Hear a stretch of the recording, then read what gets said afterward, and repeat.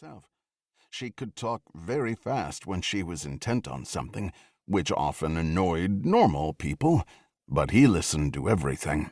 They worked together for hours to modify the theories while waiting for the next stream of data.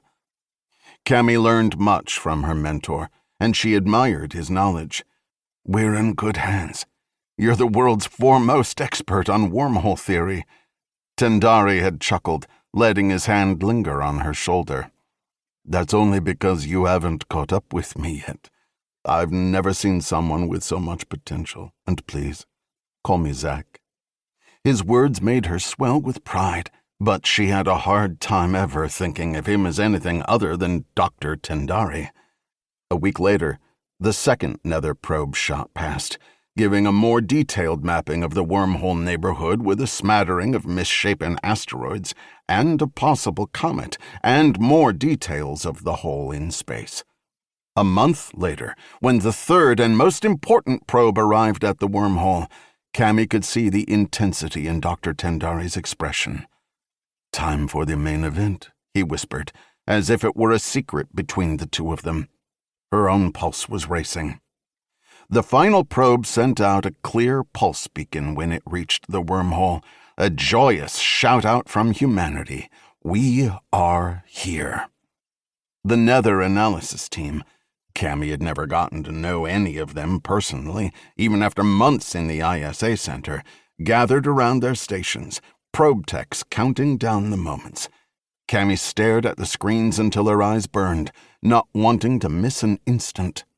In theory, a wormhole was a shortcut through the structure of space-time, like a highway bypass. The other end of the passage could be on the opposite side of the solar system, or the opposite side of the galaxy, or maybe it just went nowhere. The staccato signal bleep played over the speakers, a distinctive sequence of notes as the probe plunged over the event horizon. And vanished. The beacon was cut off like a head beneath a guillotine. The probe cameras went blank. Nothing. A day later. Nothing. And a week later. And that was the end of the International Nether Research Project. Young and naive, Cammie had assumed that a second wave of probes would be launched to gather more data, even if it took years to get back up to the Kuiper Belt. That was all she thought about. To her, and why not to everybody, wormholes were profoundly fundamental to understanding the universe, and Nether was the only one that had ever been discovered. But public fascination faded. Been there, done that, nothing else to see, and Cammie didn't understand why. The world showed brief interest in the original probe pictures, but a grainy blur in space could not compete with political scandals, celebrity marriages, and a brushfire war over iridium supplies in Northwest Africa.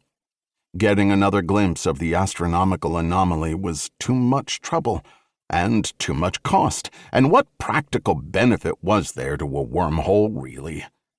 When the ISA Nether Research Project was disbanded, it felt like a funeral to Cammie. She didn't know what to do with herself. She had never planned for anything else. Her parents always said she had her head in the clouds, or in the vacuum of space, and didn't think about how she would get a job and pay the bills. So, she went to graduate school. Clinging to her fascination with the subject, Cammie pursued her master's degree at MIT and completed it in less than 2 years. That had caused the final break with her parents, and now it was too late to ever make it right. But because of her obvious academic brilliance, as well as unflagging support from Dr. Tendari, and also partially because of her neurodiverse condition, she received scholarships to fund what she needed. After the probe work faded, Tendari went back to an admin position at Stanford, and Cammie went straight through to pursue her PhD in wormhole dynamics. Cammie could never be a teacher, could never be around so many people, and certainly not in front of even a small class. Other space research positions were available, but with a pragmatic focus.